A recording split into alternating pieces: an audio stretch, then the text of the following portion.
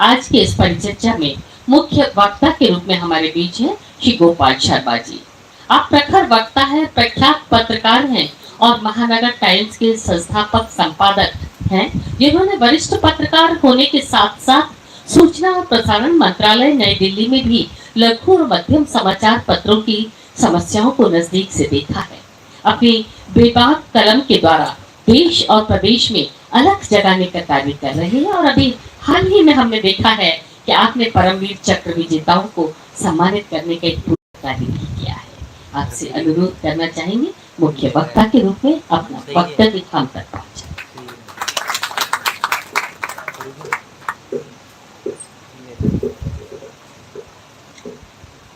आज के कार्यक्रम के मुख्य अतिथि राजनीतिक सुचिता के प्रतीक और हम सबके चिर परिचित श्रद्धेय श्रीमान बी डी कल्ला जी, आदरणीय जगदीश जी भाई साहब, वरिष्ठ पत्रकार, राजस्थान पत्रिका के मुख्य संवाददाता और स्थानीय संपादक रहे, श्रीमान धीरज श्रीवास्तव जी, डायनेमिक प्रशासनिक अधिकारी, श्रीमान अनिल सक्सेना जी, एक्शन फोरम के अध्यक्ष और पत्रकारों में प्रेस क्लब में सर्वसम्मति से चुनकर अपनी साख को साबित करने वाले मुकेश मीणा जी, और हम सब लोगों के बीच में मौजूद श्रीमान आनंद जोशी जी, श्रीमान विनोद भारद्वाज जी, डॉक्टर यश गोयल जी, लल्लूलाल जी, वीरेंद्र सिंह जी, राधा रमन जी, पद्मश्री गुलाबो जी, हम लोगों का भाई बहन का भी रिश्ता है, और वशिष्ठ जी को जीवंत रूप में हम लोग जिनमें देख सकते हैं, मनोज जी और अरुण जी और आप सभी साथियों, जितेंद्र सिंह जी बहुत ही लोकप्रिय हम लोगों के साथी, आफरीदी जी, मतलब किसका नाम नहीं लिया जाए वही अपराध है, तो सभी को मैं प्रणाम करता हूं। आज सुबह पोस्ट देखी जिसमें इस कार्यक्रम के बारे में था, तो वशिष्ठ जी का चेहरा देखते ही उसमें दुष्यंत कुमार जी का अक्स आने लगा। और आज जब ये मैगजीन देखी तो इसमें लिखा हुआ है, सूर्य की पहली किरण तुमको मिली होगी, मैं हमेशा खून से दीपक जलाता हूं। विनोद भारद्वाज जी, मेरी समझ में दुष्यंत कुमार जी की ऐसी ही लाइनें हुआ करती थी, सैर के वास्ते सड़क पे निकल आते थे, अब आसमान से पथराव का डर लगता है। मत कहो आकाश में कोहरा घना है, यह किसी की व्यक्तिगत आलोचना। वशिष्ठ जी भाई साहब को उसी दौर में देखा है। लोग कहते हैं कि चरण स्पर्श करने से किसी का कुछ हिस्सा हमको मिल जाता, इसलिए बहुत बड़े ऋषि मुनि या साधु संत अपने चरण नहीं छूने देते। लेकिन जो 3-4 लोग जिनको पता नहीं क्यों बिना कहे ही पैर बढ़ने लगे, तो हाथ बढ़ने लगे जिनकी चरणों की तरफ, उन 3-4 लोगों में एक वशिष्ठ जी भाई साहब भी हैं। 1995 में जब जार और श्रमजीवी पत्रकार संघ दोनों बड़ी ताकत से थे, तो जार के कार्यक्रम में गवर्नमेंट हॉस्टल में पहले श्रमजीवी पत्रकार संघ के व्यक्ति भोजन करने के लिए आए, वो वशिष्ठ कुमार जी थे। वो श्रमजीवी पत्रकार संघ के यहाँ के महामंत्री भी रहे, राष्ट्रीय उपाध्यक्ष भी रहे और विभिन्न जगह काम किया। अभी जगदीश जी भाई साहब ने बताया, वो तो जानकारी नहीं थी कि वो कॉलेज के प्रेसिडेंट भी रहे। ये जरूर था कि उन्होंने फीस वृद्धि के खिलाफ हाईकोर्ट के आंदोलन में इन सब में सक्रिय भूमिका निभाई। लेकिन हम लोगों ने जो उनका रूप देखा वो एक निर्मल स्वरूप देखा। सामान्य कपड़ों में लगभग वही कुर्ता, वही उसी तरह की धोती और उसी तरह की जूतियां।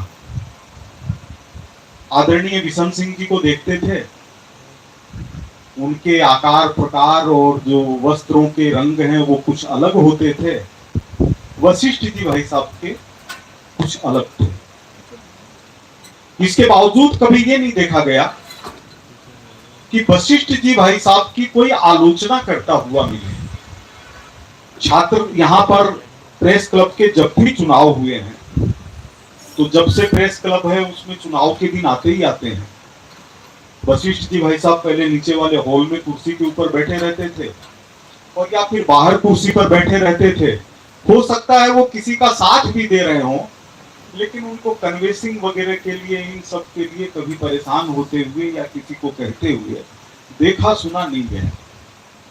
वह किस तरह का आदर्श व्यक्तित्व थे, उनको उस तरह से जाना भी नहीं गया। उन्होंने नवयुग से के उप संपादक से अपनी यात्रा शुरू की। आज और सन्मार्ग जैसे समाचार पत्रों के प्रतिनिधि रहे। आज उत्तर भारत का उस समय सबसे प्रमुख समाचार पत्रों में एक था। लक्ष्मी शंकर जी व्यास जैसे और उनसे पहले प्राडकर जी जैसे उसके संपादक हुआ करते थे और सन्मार्ग कलकत्ता के अंदर हिंदी पत्रकारिता का प्रतिनिधित्व करता था। इन दोनों का राजस्थान में प्रतिनिधित्व करना एक बड़ी चीज है। जो वशिष्ठ जी ने बिना किसी आडंबर और बिना किसी यह रुतबा दिखाए कि वो पत्रकार हैं, उन्होंने अपना काम निभाया। मेरी समझ के अंदर अपने में कोई पत्रकार अगर ऐसे हैं तो वशिष्ठ जी ही हैं, जिनके परिवार की उन्नति में उनका अक्स देख सकते हैं। पैसा कमा करके परिवार को आगे बढ़ाना, अन्य साधनों से परिवार को आगे बढ़ाना, ये किसी से भी संभव है। लेकिन जब हम लोगों ने जाना कि मनोज जी वरिष्ठ आरएएस है, यह जाना कि ये आईएएस हो गए, तो मन में इतनी खुशी हुई कि क्या हमारे पत्रकार साथियों में ऐसे भी वरिष्ठ हैं जिनका परिवार इतना आगे बढ़ा हुआ है। अरुण जी भी उसी भूमिका को निभा रहे हैं।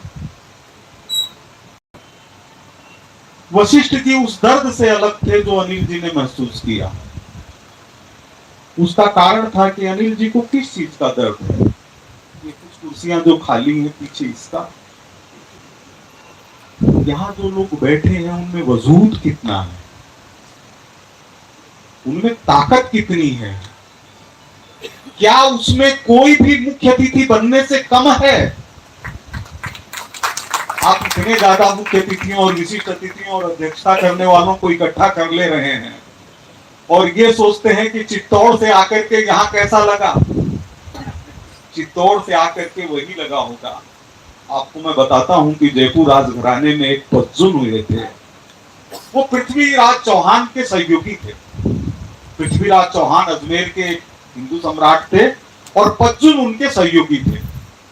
तो जब पृथ्वीराज चौहान से कई बार मोहम्मद गोरी हारा, तो पज्जुन भी एक बार सेना में शामिल थे। तो उन्होंने क्या किया कि अजमेर जाकर के मोहम्मद गोरी को बांध लिया रस्से से और शाम तक बांधे रखा। तो जयपुर की करामात कम नहीं है। ये भारत माता की धरती का हिस्सा है। नाम तो इसका 1727 में पड़ा है। तो चाहे जयपुर हो, मेवाड़ हो, बूंदी हो, झुंझुनू से निकलने वाले, सीकर से निकलने वाले सैनिक वीरों की श्रृंखला हो, या बीकानेर की मस्ती हो, इसमें वही धरा है, वही मिट्टी है, वही प्यार है, वही ताकत है। इसकी किसी तरह का कोई फर्क नहीं। तात्या टोपे तक 1857 के अंदर मध्य प्रदेश की सीमा से लेकर के सीकर और दौसा तक पहुंचे, तो इसका अर्थ था कि यहाँ की धरती अबला नहीं रही है, यहाँ की जनता में ताकत है, यहाँ के लोगों में ताकत है। 1942 में जब मिर्जा इस्माइल जयपुर महाराजा और घनश्याम दास जी बिड़ला ने और हीरालाल जी शास्त्री ने मिलकर समझौता कर लिया कि यहाँ पर कोई आंदोलन नहीं करेंगे, तो जयपुर ने आजाद मोर्चा बना करके आजादी के लिए लड़ाई लड़ी और महात्मा गांधी को अपना नेता मान लिया, जैसे एकलव्य ने द्रोणाचार्य को मान लिया। अद्भुत है। यहाँ की पत्रकारिता की जो सामर्थ्य है वो अद्भुत है, यहाँ की ईमानदारी की जो सामर्थ्य है वो अद्भुत है, यहाँ के कार्य की जो सामर्थ्य है वो अद्भुत है, यहाँ की परंपरा की जो सामर्थ्य है वो अद्भुत है। जब देश की पत्रकारिता का इतिहास लिखा जाएगा तो पहले नंबर पर राजस्थान का नाम होगा, उसके बाद ही किसी का हो सकता है। जगदीश जी भाई साहब को ध्यान होगा, पत्रिका का लास्ट पेज था, 1985 की बात है। विश्वास जी भाई साहब ने खबर लिखी थी सिंगल कॉलम में, और जो राजस्थान के 2-3 साल से बगावतियों के सबसे बड़े नेता होते हैं, उनके मामा या मौसा कोई ब्लू फिल्म के ढेर के साथ पकड़े गए थे। लोगों ने वह सब पत्रकारिता देखी कि क्या पत्रकारिता इस तरह हुआ करती है, यानी साहस का काम लेना, साहस से काम लेना। भैरव सिंह जी को देखा विधानसभा के अंदर बोलते हुए कि अकाट्य होनी चाहिए, बात अपने सबूतों के साथ होनी चाहिए, कोई उस बात को कमजोर नहीं कर सके, इतने प्रमाण होने चाहिए। हम सब साथियों ने मिलकर के उसी तरह से पत्रकारिता के अंदर ढालने की कोशिश की, पत्रकारिता को उस तरह का बनाने की कोशिश की। और उनसे भी पहले, बहुत पहले साबरमल जी जैसे पत्रकार यहाँ पर हुए, जिनको हम कह सकते हैं कि भारत के अंदर अगर हम पराडकर जी का नाम लेते हैं तो हम साबरमल जी का भी नाम ले सकते हैं। ऐसे पत्रकार पैदा किए हैं, ऐसे लोग पैदा किए हैं। हमारे कितने ही साथी गरीबी में मर गए, हमारे कितने ही साथी गरीबी में मर गए। कोई कह सकते हैं कि फलाने तो शराब पीते थे, लेकिन ज्यादातर तो अभाव में मरे, बिना दवाइयों के मरे, बच्चों को आगे बढ़ाने में मरे, उनको कोई सहायता नहीं मिली इसलिए मरे। उनके नाम स्वर्णाक्षरों में लिखे जाएंगे, लिखे हुए हैं। इतने पत्रकारों की श्रृंखला की दिल्ली से जो पत्रकार जयपुर आया, अंग्रेजी पत्रकारिता के प्रतिनिधि के रूप में, वो यहाँ आकर के इतना समा गया कि उसको लगा कि यहाँ की मिट्टी से श्रेष्ठ कोई हो नहीं सकती, और उन्होंने हमेशा के लिए जयपुर को अपना घर बनाया। गोलवलकर जी, थपलियाल जी, ये सब कैसे पत्रकार, किस तरह के, रेवाशंकर जी, क्या कि महापुरुष लोग हैं ये। जगदीश जी भाई साहब जिस समय चीफ रिपोर्टर थे, उस समय एक मंत्री से कम हैसियत हुआ करती थी, विश्वास जी जैसे थे, क्या किसी मंत्री से कम हैसियत हुआ करती थी। लेकिन हमने तो इनको नहीं देखा कभी किसी लाइन में खड़े हुए, क्योंकि राजस्थान की राजनीति भी उसी तरह की रही हुई है। मोहनलाल जी सुखाड़िया ने पहली बार प्रेम से पत्रकारों को देखा और यह देखा कि इनकी चिंता क्या है। इसके बाद भैरव सिंह जी ने दोस्ताना व्यवहार दिया कि कोई मुख्यमंत्री है जो कंधे पर हाथ रख सकता है और जो कार में बैठा के घोड़े के मानवी में दूसरे की जीवन में बिना बुलाए खुद भी जीम सकता है और दूसरों को भी जिमा सकता है। फिर अशोक जी को देखा, पत्रकारों के सबसे हितैषी मुख्यमंत्री के रूप में।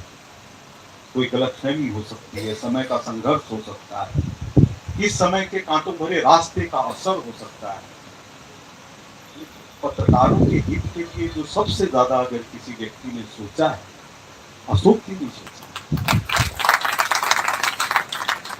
वो यहाँ बैठे हों या न बैठे हों, हम लोगों ने तो वो जमाना देखा है कि हम लोग ये सोचते थे कि चाहे कोई भी कितना भी बड़ा नेता क्यों नहीं हो, लेकिन अशोक जी हैं तो हम लोगों से मिले बिना कैसे आगे जा सकते हैं। कैसे जा सकते हैं कोई? राहुल जी के साथ भी चल रहे होंगे और हम लोग दिखेंगे तो पूछेंगे क्या हाल है।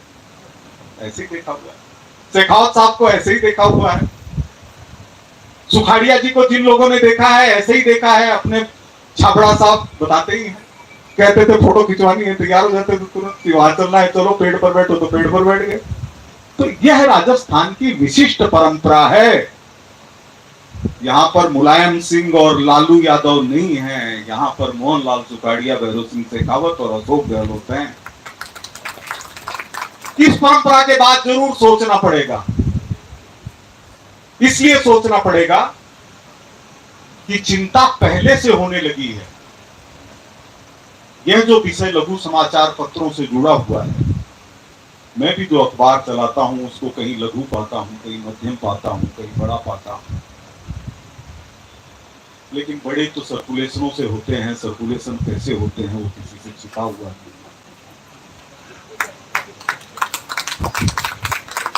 दिल्ली में देखते हैं तो दिल्ली में सीबीआई जांच कर रही है, जयपुर में देखते हैं तो जयपुर का डायरेक्टरेट जांच कर रहा है। पता नहीं किस चीज की जांच कर रहा है। जांच तो ये की जानी चाहिए कि किसी के पास कितनी संपत्ति है और कितना उसके ऊपर ऋण है। इस दो के अलावा क्या जांच? कोई दीवाना होने की ठान ले और ओडी की सबसे बड़ी गाड़ी ले आए और अगले महीने जा करके उसको गाड़ी वाले पकड़ के ले जाए कि यही नहीं गाड़ी का पैसा चुकाने में, तो उसका ये अपराध तो हो सकता है कि वो लोन से गाड़ी ले आया, लेकिन उसको हत्या का दंड नहीं दिया जा सकता। कल्ला साहब के रहते हुए तकलीफ होती है, कल्ला साहब के साथ रहते हुए तकलीफ इसलिए होती है कि ऐसे सभी महापुरुषों को, ऐसे सभी बड़े विद्वानों को जो राजनीति में रहे, उनको तड़पते हुए देखा। किससे कहा जाए, किससे सुना जाए? एक बीजेपी के शिक्षा मंत्री हुआ करते थे, गागरडू गांव के एक कोई रिश्तेदार थे, पुलिस जी की वाइफ थे, उनको कैंसर हो गया। कैंसर हो गया तो पुलिस जी की वाइफ ने, श्रीमती कंचन देवी, हम सब लोगों के लिए बहुत आदरणीय और राजस्थान की सौभाग्यशाली महिला, जिन्होंने अपने जीवन भर चप्पल जूते नहीं पहने पैरों में, जिन्होंने किसी तरह का श्रृंगार नहीं किया, शादियों में नए कपड़े नहीं पहने, उन्होंने कहा कि फलाने रिश्तेदार के कैंसर हो गया है तो उसकी पत्नी ही केवल सेवा करने वाली है, अगर पत्नी पास में आ जाए तो सेवा करने में आसानी। शिक्षा मंत्री जी को 3-4 बार निवेदन किया। मैं राज्य सरकार की बीट देखता था, मंत्रियों से रोज उनसे मिलना जुलना था। एक दिन मेरे से उनके सचिव ने कहा कि भाई साहब आप आगे से ज्यादा दुखी ये हो जाते, क्योंकि कोई माने तब करे ना। उस महिला का ट्रांसफर हुआ, तब तक 25 दिन पति को मरे हो चुके थे और ट्रांसफर की जो जगह थी पहले 70 किलोमीटर दूर थी और फिर 350 किलोमीटर दूर।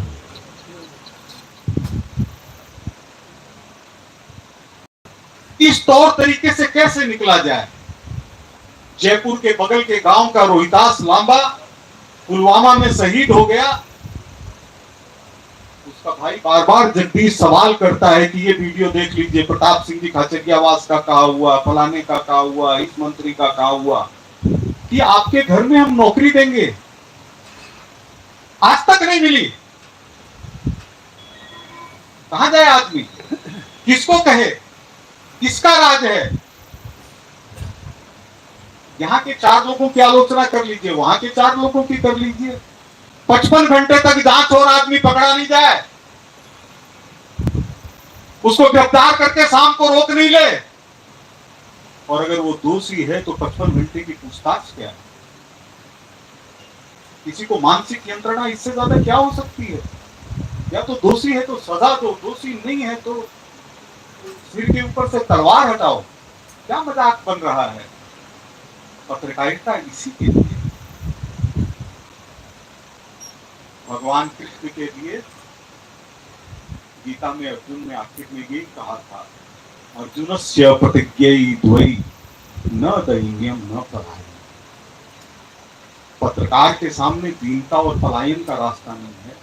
सिर्फ कठिनाई इस चीज की है कि एक तरफ तो छोटे अखबार हो गए हैं जिसमें किसी को ही मान लीजिए जयपुर में 2 को छोड़ करके, और जिनको अपना रोजगार चलाने के लिए, परिवार चलाने के लिए, पत्रकारों की नौकरी चलाने के लिए, जो अपने पिताजी का शुरू की हुई चीज है उसको चलाने के लिए, समाज में इज्जत बचाने के लिए, समाज में कुछ काम करने के लिए, रिश्तेदारों में इज्जत ढकने के लिए समाचार पत्र का चलाना जरूरी है। और कुछ वो लोग हैं जो खरबपति हैं, जो धीरे धीरे मीडिया को अपने आगोश में लेने की कोशिश कर रहे हैं। लास्ट में क्या बच जाएगा? आप सारे किरानों की दुकान बंद कर दीजिए, इन 4-5 जो घराने हैं इनको दे दीजिए, वो तो अपने आप बेचते रहेंगे। आप कहिए कि लोगों को तकलीफ ही नहीं करनी पड़ेगी दुकान जाने। क्या ये सब हो रहा है? आम आदमी सचिवालय में नहीं जा सकता, थाने में जाए, खुद के घर चोरी हो और कहे कि लल्लू जी से फोन करवा लो ताकि थानेदार परेशान नहीं करे। लल्लू जी कहें कि नहीं, मैं उसको नागर को कह देता हूँ, वो इस समय बीट देख रहा है हमारे क्राइम की। हम अपने थाने में नहीं जा सकते जो हमारे टैक्स के ऊपर नौकरी कर रहा है। ऐसी स्थिति है ये, इसको बदलना पड़ेगा। मैंने तो भैरव सिंह जी को छोटे छोटे अखबार पढ़ करके उसमें से रहस्य निकालते हुए देखा है कि बाड़मेर में ये हुआ, जैसलमेर में ये हुआ, गाजी फकीर वहां पहुंच गया, वो पीर पगारो वहां पहुंच गया, उसने उससे रहमतुल्लाह को इस तरह से पत्र दिया, उस पत्र का कैसे अनुवाद हुआ, उसकी भाषा के अंदर हुआ, क्या हुआ। ये सब लोगों के परिवारों को भी नेता बनने का अधिकार है। सालेह मोहम्मद अगर कानूनन काम करते हैं तो उनको मंत्री बने रहने का अधिकार है, उन पर हम सवाल नहीं खड़ा कर सकते। लेकिन हम केंद्र सरकार से, राज्य सरकार से, केंद्र के लिए भी तो लोग सवाल उठाते हैं कि क्या हम पत्रकार वार्ता नहीं कर सकते? ऐसे क्या प्रधानमंत्री हुए? तो जब हम ऐसी बातें करेंगे तो हमको ये भी आता है क्या गहलोत साहब वैसे ही क्या जैसे पहले थे? सेबेस्टियन जी से पूछेंगे तो कहेंगे मैं अपना दर्द तो पहले ही बता चुका हूं। तो मेरा यही निवेदन है कि आपस की एकजुटता सबसे बड़ी जरूरत है। कभी कुर्सी पर बैठे रहने से मत सोचिए। नरेंद्र मोदी जी अकेले ही जाकर के बैठते हैं विदेशों में, बाइडेन और इनके बगल में 140 करोड़ भारतीयों की ताकत महसूस होती है। अशोक गहलोत जी किसी प्रदेश के अंदर चले जाए, कोई कांग्रेस का मंत्री हो, मुख्यमंत्री हो या विपक्ष का हो, केवल योगी जी जरूर ऐसे लगते हैं जो कि थोड़ा धूम धूम कर करके और मुकाबला कर लें। बाकी हिंदुस्तान के नंबर 1 मुख्यमंत्री तो यही कहे जाएंगे। तो यह तो जनता की इच्छा है। राजस्थान की जनता ने जिस तरह से चुना है इनको प्यार से, देश की जनता ने प्यार से नरेंद्र मोदी जी को देश की कमान सौंपी है, इसमें बिना भेदभाव किए।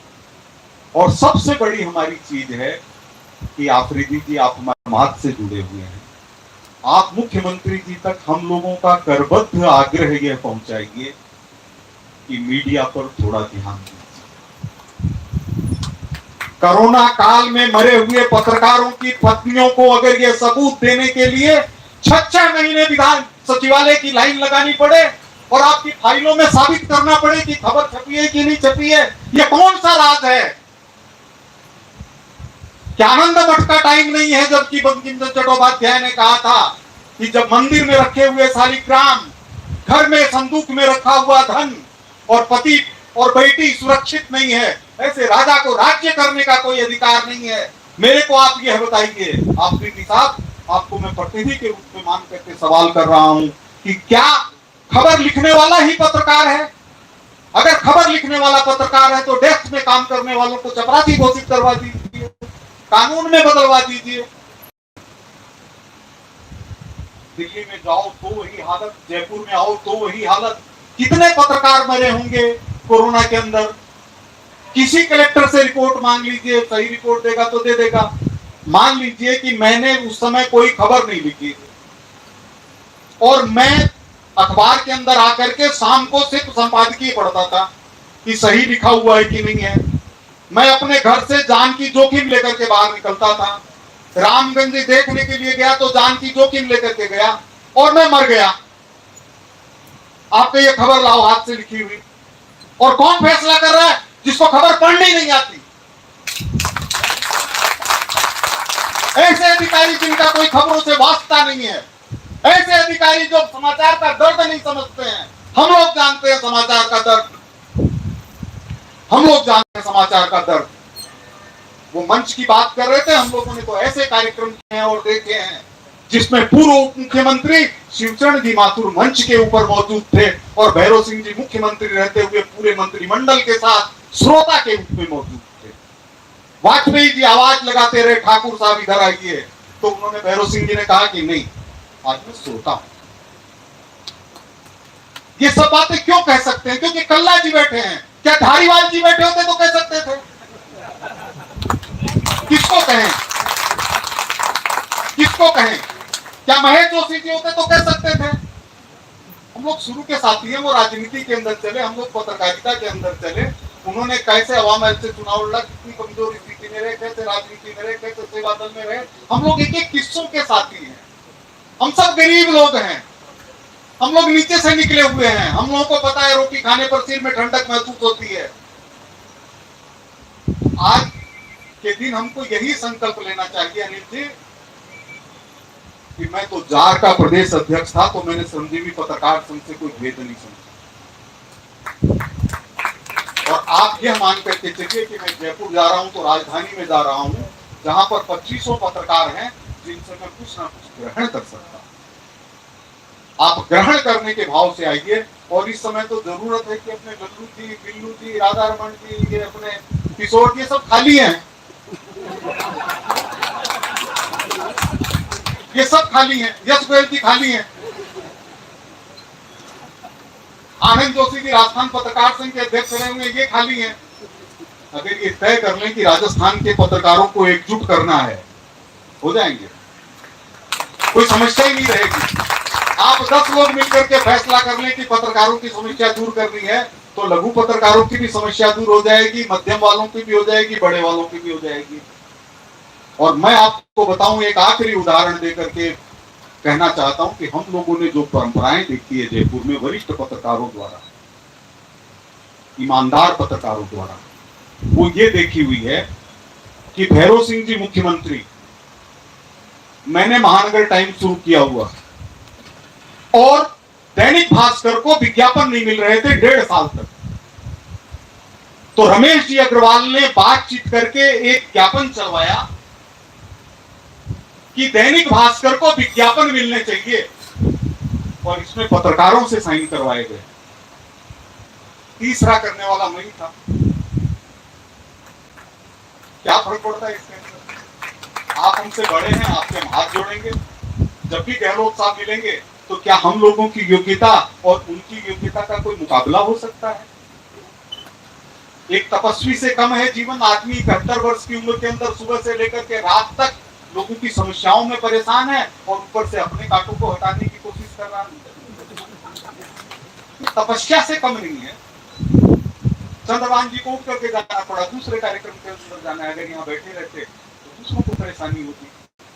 अब उनके चाहे बुखार हो, चाहे हरारत हो, चाहे कुछ भी हो, जाना है। तो यह जो परिश्रम है, मैंने लालू जी का और मुलायम सिंह जी का नाम लिया। मैं आपको बताता हूँ, ये लोग अपने सहयोगियों का जितना साथ देते हैं ना, उतना श्यामा प्रसाद मुखर्जी जी और जवाहरलाल जी ने नहीं दिया होगा। ये लोग अपने आदमी के लिए जान की बाजी लगाने के तैयार रहते हैं, तब इनके पीछे लाखों लोग चलते हैं। मैंने बहुत ज्यादा समय ले लिया, इतना बोलने की यहाँ जरूरत नहीं थी। आप में से ज्यादातर बड़े भाई हैं, आप सबको मैं प्रणाम करता हूँ। एक्शन फोरम के प्रति बहुत बहुत बहुत शुभकामना देता हूँ कि आप सबसे पहले जयपुर आइए, फ्लैट लीजिए, रहना शुरू करिए और हम लोगों को सबको एक्शन में लाइए। धन्यवाद।